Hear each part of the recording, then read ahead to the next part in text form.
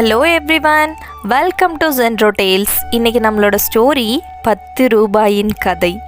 ஒருவர் ஒரு வங்கியில் பணம் எடுத்துக்கொண்டு பணப்பெட்டியை பின்னால் மாட்டிக்கொண்டு 2 வீலரில் வேகமாக செல்லுகிறார். வண்டியின் அதிர்வில் அந்த பெட்டி லேசாக திறந்து கொண்டு 100 10 ரூபாய் நோட்டுகள் கொண்ட ஒரு கட்டு கீழே விழுந்து விடுகிறது. அது தெரியாமல் அந்த நபர் வண்டியை ஓட்டிக்கொண்டு சென்று விடுகிறார். அந்த நபர் இக்கதையில் இனி வரமாட்டார்.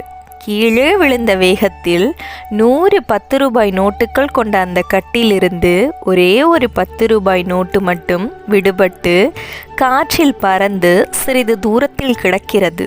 அந்த ஒற்றை 10 ரூபாய் நோட்டு இருந்த வழியில் ஒருவன் வருகிறான். இந்த நோட்டை கண்டு இன்று நரிமுகத்தில் விழித்திருக்கிறேன் போல என நினைத்து மிகவும் சந்தோஷமடைகிறான். அந்த நோட்டை எடுத்துக்கொண்டு ஹோட்டலுக்கு போனான். 2 இட்லி, ஒரு காஃபி அன்றைய விலைவாசியில் சாப்பிட்டான்.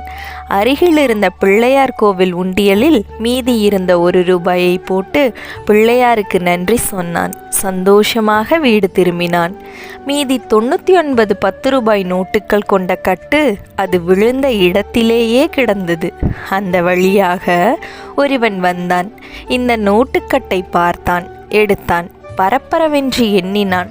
99 நோட்டுகள். மீண்டும் மீண்டும் பலமுறை எண்ணினான். 99 நோட்டுகள் தான். வங்கியில் 99 நோட்டுகள் கொண்ட கட்டு கொடுக்க மாட்டார்களே.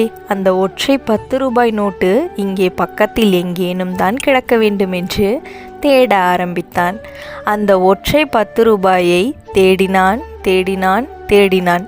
இன்றும் தேடிக்கொண்டுதான் இருக்கிறான் என்று சொல்லி கலகலவென்று சிரித்தார் பூஜ்ய குருதேவ் அவர்கள். 10 ரூபாய் கிடைத்தவன் திருப்தியாக சாப்பிட்டு விட்டு சந்தோஷமாக சென்றான். 990 ரூபாய் கிடைத்தவன் அதை அனுபவிக்காமல் இன்னும் ஒரு 10 ரூபாய்க்காக அள்ளாடி கொண்டிருக்கிறான். நம்மில் பலர் இப்படிதான் கிடைத்தவைகளை அனுபவிக்க தெரியாமல் கிடைக்காதவைகளை தேடி அலைந்து உடலும் மனமும் சோர்ந்து அள்ளாடுகிறோம். Let's think about it.